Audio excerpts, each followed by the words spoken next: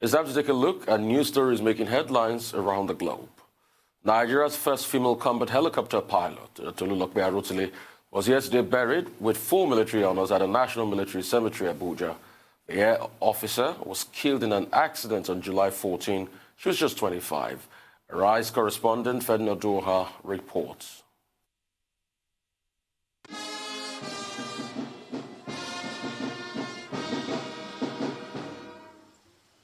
A national burial toned down as much as possible due to the safety measures of the COVID-19. But the Nigeria Air Force gave one of their most valuable assets a befitting funeral. Flying Officer TOLULOPE Oluwatoyin was interred at the National Military Cemetery, Abuja. I'm flying Officer T. Arotile. I was admitted into the Nigerian Defense Academy on the 22nd of September 2012 and was commissioned into the Nigerian Air Force on the 16th of September 2017. At 25, she was winged as the first ever female combat helicopter pilot in the Nigeria Air Force. Barely 2 years into her career, TOLULOPE had acquired 460 hours flight time, which is an outstanding performance for a combat pilot. She contributed significantly to combat operations against insecurity in Nigeria's northeast. Tributes poured in at the funeral, most lauding her determination to fight against evil and her contributions to the fight against insecurity in Nigeria.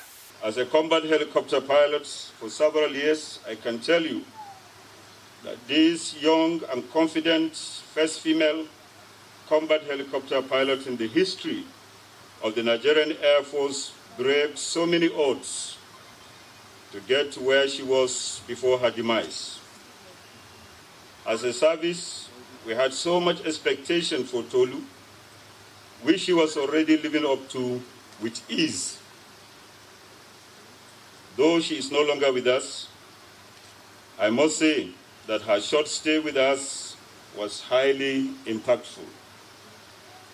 She carried out her assignments both on ground and in the air with a high level of professionalism, commitment, and confidence. Because of their trust and investment, TOLULOPE showed exemplary skills too difficult to emulate. As a child, TOLULOPE had always dreamed of flying a plane. At that age, her aspirations were blurry. But today, we can gladly all testify to the impact she has made, not only in the Nigerian Air Force, but among family members, friends, colleagues, and the entire nation. There were tears and more tears as her remains were committed to the Mother Earth. Regrets of a life lost in her prime and questions still surrounding the circumstances of her death. TOLULOPE died from the head injuries she sustained from an accident at the Nigeria Air Force Base in Kaduna State on the 14th of July 2020. A preliminary report by the NAF suggests her death was an accident. The report says she was inadvertently hit by the reversing vehicle of an excited former Air Force secondary school classmate who was trying to greet her. The matter has been transferred to the police for further investigations. TOLULOPE now lay amongst some of Nigeria's fallen heroes at this cemetery, while Nigerians await reports of further investigations. What is left to be known is the impact of this loss on the nation's fight against insurgency, a mission which TOLULOPE played a pivotal role in. Ferdinand Duroha, Arise News. I mean, we have said a lot about TOLULOPE yesterday. I don't know if there's still more we want to chime in. You know, it's just a very sad loss. Indeed. May her soul rest in peace. And I do hope that, the burial has now sort of helped the family to begin to finally heal. Well, I think the thing to add is to commend the Nigerian Air Force and all the dignitaries that turned up at the event. I mean, this was the equivalent of a state burial, if we may use that expression, with 21 gun salute, with, major dignitaries, including the governor of our state, Kogi State. She was from Bunu local government area in Kogi State. Although I noted that the governor of Kogi State was about the only person there who was not wearing a mask. Every other person followed the appropriate protocol. And then, of course, you could see that in terms of social distancing, physical distancing, there was respect for that guideline. And I wasn't surprised, because the military, they take discipline very seriously. They also take tradition very seriously. Yes. So we saw part of the military tradition yesterday, whereby a fallen officer was given a heroic burial. Well, I mean, the other side of it, of course, is that it remains a very sad event. No matter how heroic a burial may be, it doesn't replace the life that has been lost. Yeah. When I was watching it yesterday, even after the morning show, I was with, a colleague, and I suddenly saw that she was sobbing. She couldn't hold it. So, I mean, I got touched too, and the two of us had, teary eyes. That's how sad and shocking it is. So we hope that God will console our family, and that, this kind of tragedy will not occur again, because it could have been avoided. We don't know what level of excitement the friend who was reversing the car had, and what was the level of the speed. But I guess the Air Force authorities and the police, they will investigate all of this. As such a promising young lady who did not die at the battlefield and who just died by sheer accident. It's most unfortunate. And someone who should not have been behind the wheels in the first place. Let's not forget that, as we have been told that the driver had no driver's license. Yeah, I mean, and when you that look makes at it even horrible. The Air Force, they have concluded the investigation, but when you look at it and you hear, as they said, was as a result of blunt force, then you know that was when the vehicle made the impact, she fell down. Yeah. According to the statement by Daramola, the Air Force spokesman. And then she hit her head on the... quite so sad. So sad, right. May her soul, rest in peace. I understand we still have a couple of minutes to chat more, but this is quite very sad, and more things to be done, because, she holds a very important place in this country. Like I was talking about legacy, and you made mention of unfinished greatness yesterday, and I said, if you're going to write Nigeria's history, she'll be part of the history books. She's the first female combat helicopter pilot we still have. Nobody can erase that record. Going on from here, how can we, make Tolu's legacy an inspiration for millions out there? Because if we truly want to make Tolu live and immortalize Tolu, we should point as an inspirational source for a lot of young girls out there. So are we thinking of a Tolu Foundation? Maybe the Nigerian Air Force might be part of it. That would encourage girls, to come more into the military fold and training and things like that. Is it something the state government might be part of? Are they going to have like a special, STEM course or STEM scholarship, people that want to study science, technology, engineering, and math in the name of Tolu in the States? Because these are the things that will endear a lot of people to our legacies, that make us remember Tolu even more, and truly use the words that, she didn't die in vain, that something is noted after her, and she still continues to be a source of inspiration. I mean, you heard something there, 460 hours for a flying combat pilot. That's unprecedented. And barely 2 years. Barely 2 years.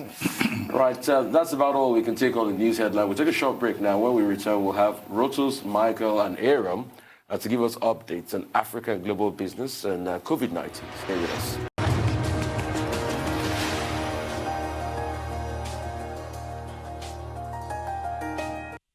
Welcome back to the morning show here on Arise News. Joining us now is Rotus Odiri with Africa Business Update. Good morning, Rotus. We're kicking things off with the Corporate Affairs Commission. They sent out a tweet notice yesterday with regards to reducing physical contact between people who are applying to incorporate their businesses. This one is regarding Lagos and Abuja respectively. So between the 10th of August and the 31st, no more no one will be allowed physically to go to their office to submit any documentation. They also said that the commission will also put in place measures to communicate with folks, send documents back and forth by email. This second notice, public notice to inform customers that if you want to receive your pre-incorporation certificate, that they're going to be done via courier as of the 24th of July. And then we've got a tweet here from this young lady who says, you guys want to enrich your chosen courier companies at the expense of customers. You claim you're digital, but have no working digital channels. And she talks about an application that she put in place since March that hasn't been applied. To focus on this particular tweet from this young lady, I think she was a little too quick to anger.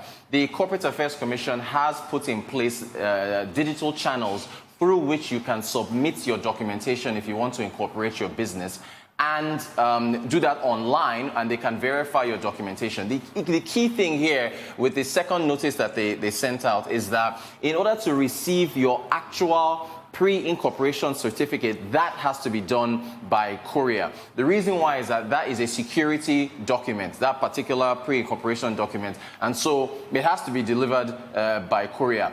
Now, the debate though is that, okay, because, for example, some vendors, if you are, if you incorporated a business and you want to transact with some vendors, they require that they see the actual physical incorporated certificate from the Corporate Affairs Commission. The debate now is, with regards to digital channels, can that particular process be digitized to where that document, that is the final incorporated document that the CAC sends to you after your company is fully registered, can that be digitized? So that's the debate right now. So because of security reasons, in fact, the most important thing is your company number. And in fact, recently, the FIRS put out a notice to everyone that when you apply, you get your TIN number immediately. Before, you would have to apply with CAC and then now have to apply for a TIN. So they've put that together.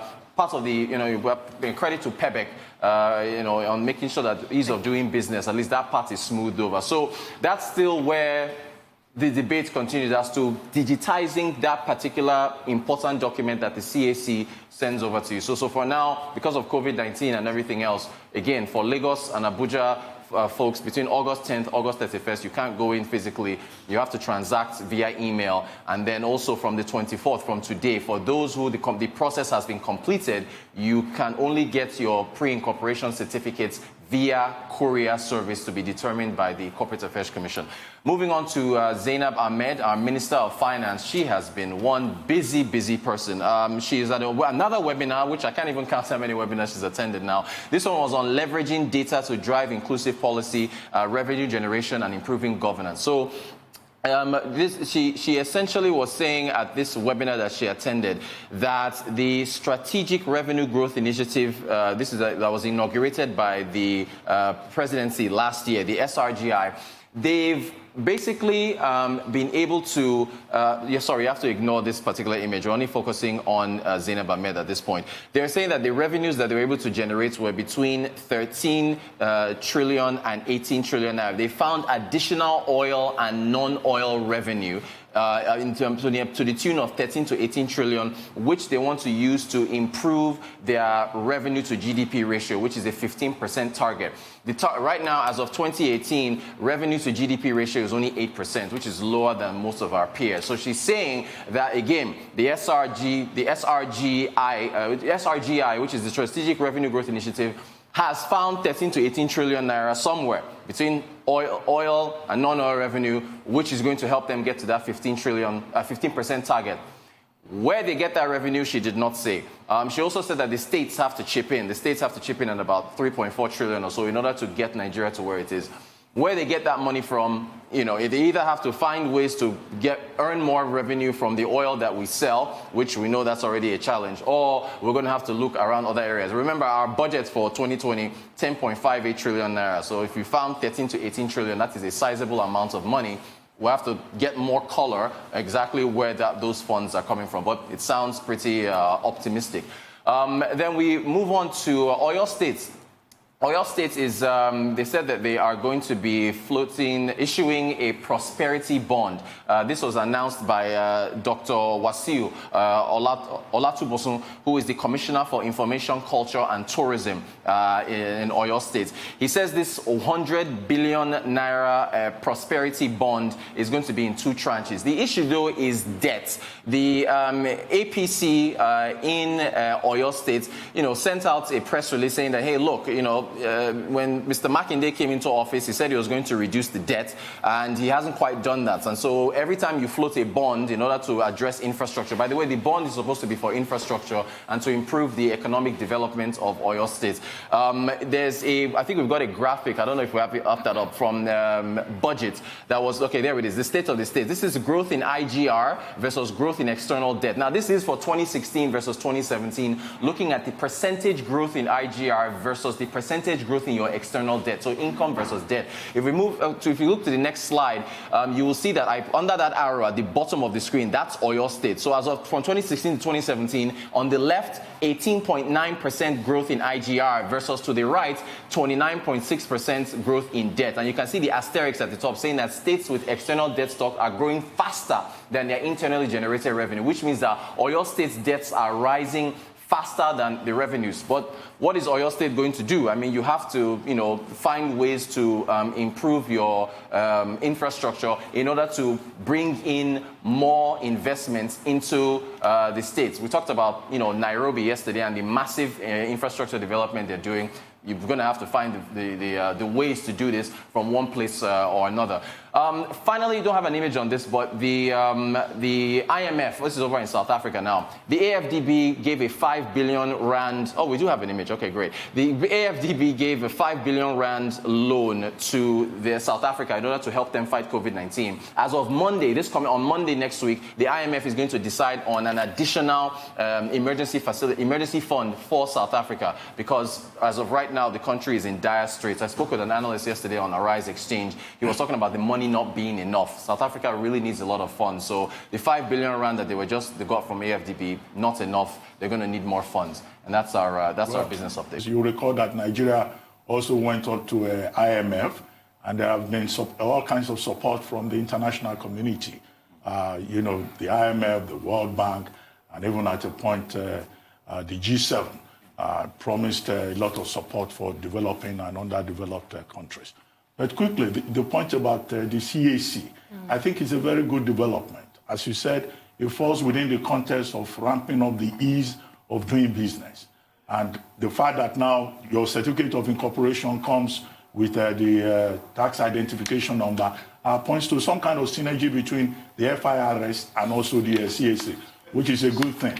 However, about the courier, which has become a major element of this latest development, I hope that they will make use of NIPOST, because there is now a revitalized courier department of NIPOST.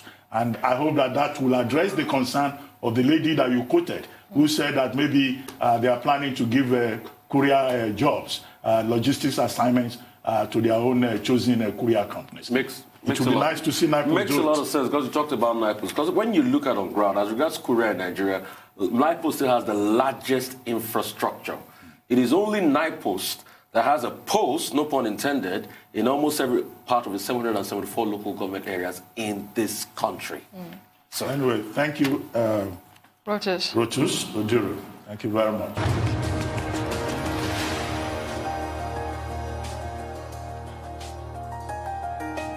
We finally have Aaron Akerediola to give us an update on COVID-19 globally.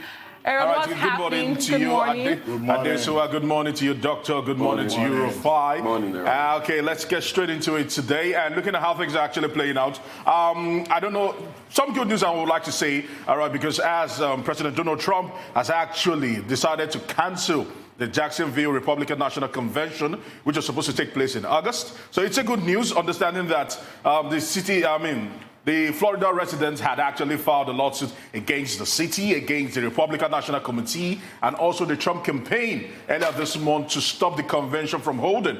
In Donald Trump's words, he said, it is not the right time to hold a big convention in Jacksonville, which is a sharp contrast from the Donald Trump we've been seeing some months ago, or from the start of the COVID-19 in the U.S. He's taken a massive U-turn, and thanks to the elections, it's brought a little bit of sanity into how he's gone about COVID-19 and at the same time gone about his campaign. So beautiful one from him there. Moving away from that, looking at the U.S. figures, because things are actually not turning up. You can actually see those figures right now, and those figures certainly would have informed his decision to actually cancel it, because right now, well over 4 million confirmed cases of COVID-19 is in the U.S. And yesterday, 1,001 deaths were recorded yesterday alone, which made it 3 days consecutive where we've had over 1,001 deaths in the U.S., taking the figures to 144,283. So certainly things are not looking good. And the hotspots in the U.S., as we go into the next slide, actually explains it further. You can actually see it there. Florida is still rising very, very high. You can actually see that Florida, Louisiana, Mississippi, and Alabama are those states that are literally having a major spike in COVID-19 cases. So it only makes scientific sense to cancel that particular convention that was to be held in August. Some other states, moving on to the next slide, some other states include Nevada, Tennessee, Georgia, and Idaho. We're seeing major spikes in the U.S. from those particular areas, which is quite fearful, understanding that they've passed well over 4 million mark. Yesterday it was over 4 million. As of this morning, it's about 4.2 million, and it's still rising very high. So at the moment, the U.S. will need to probably regroup and re-strategize on how to go about certain things in terms of holding conventions, in terms of also opening of schools, and some other things that have been very, very politicized in the U.S. But moving away from the U.S., quickly just to touch on this, Jair Bolsonaro is in the news again, not for the good reason, as usual, for a bad reason, as yesterday, pictures actually emerged of him fraternizing with cleaners. Remember, he's still down with COVID-19 and is still within the window period where he's supposed to be isolated for 14 days. And they saw him fraternizing with cleaners without a face mask. And this is a country that has well over 2.2 million cases. As a matter of fact, 84,000 cases were recorded yesterday alone. And people are asking that the president, his nonchalant attitude towards COVID-19 is, first of all, deciding not to take proactive steps as a government is bad enough. Now deciding to put other people at risk by yourself where you should be isolating, but rather trying to be all cordial with your staff without wearing a face mask or any kind of face covering, it's a big no-no. And people are really going after him. And also, let's move as the race to get a vaccine is actually heating up. Let's actually tell you that a lot of candidates are still trying to advance and perfect the vaccines that hopefully before the end of this year we'll be able to get it there. And this is just a major breakdown.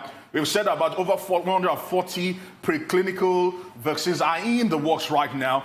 17 are in phase 1, 13 are in phase 2, where safety trials are being done. 5 are in phase 3, and you can actually see those 5. One of them is Sinopharm, all right, talking about the China National Pharmaceutical Group. Sinopharm are actually saying that before the end of this year, they should be able to develop a vaccine, which is good news, understanding that they've brought the timetable back from 2021 into 2020. The CEO of the company spoke yesterday, and he was very, very confident that they should be able to deliver a vaccine. As a matter of fact, China are doing so well in the race to get a vaccine. Sinovac, quite different from Sinopharm, all right, another Chinese, Sinovac Biotech, another Chinese pharmaceutical company, are also in phase 3 of the trials, and they are they're hoping that also by the end of this year, they might be able to do that. We've spoken about CanSino, another Chinese pharmaceutical, this time around partnering with the military research units in China, are also confident that they do have a vaccine,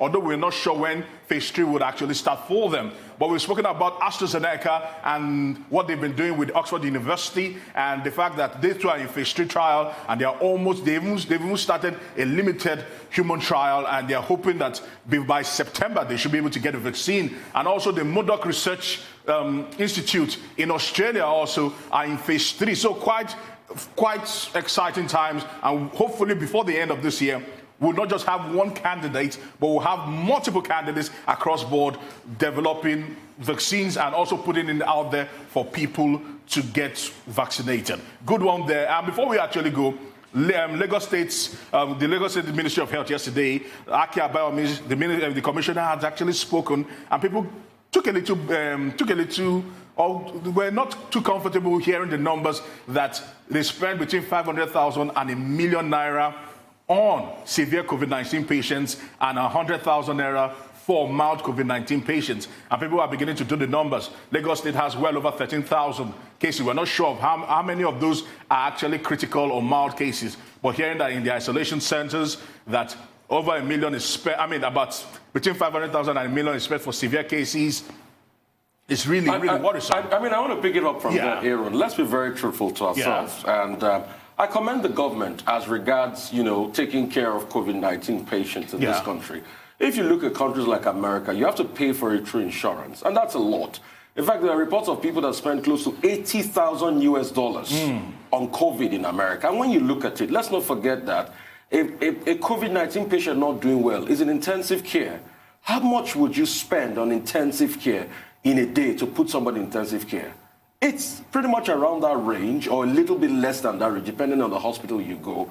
And, I mean, there was a story of a COVID-19 patient that took 60 cylinders of oxygen before the person recovered. No, but Rufai, yes. When you look at the average spending of Nigerians, when you look at the amount that we spend per day for Nigerians, certainly for people that have never seen probably 200,000 naira in bulk, certainly that will come as a rude awakening and a rude shock. I mean, I get the drift, but Aaron, that's to tell you that health is not cheap. Health is not cheap. Agreed. And as a result of this, it's been subsidized, for a lot of people out there. And I think that's highly commendable with the help of the other donors too.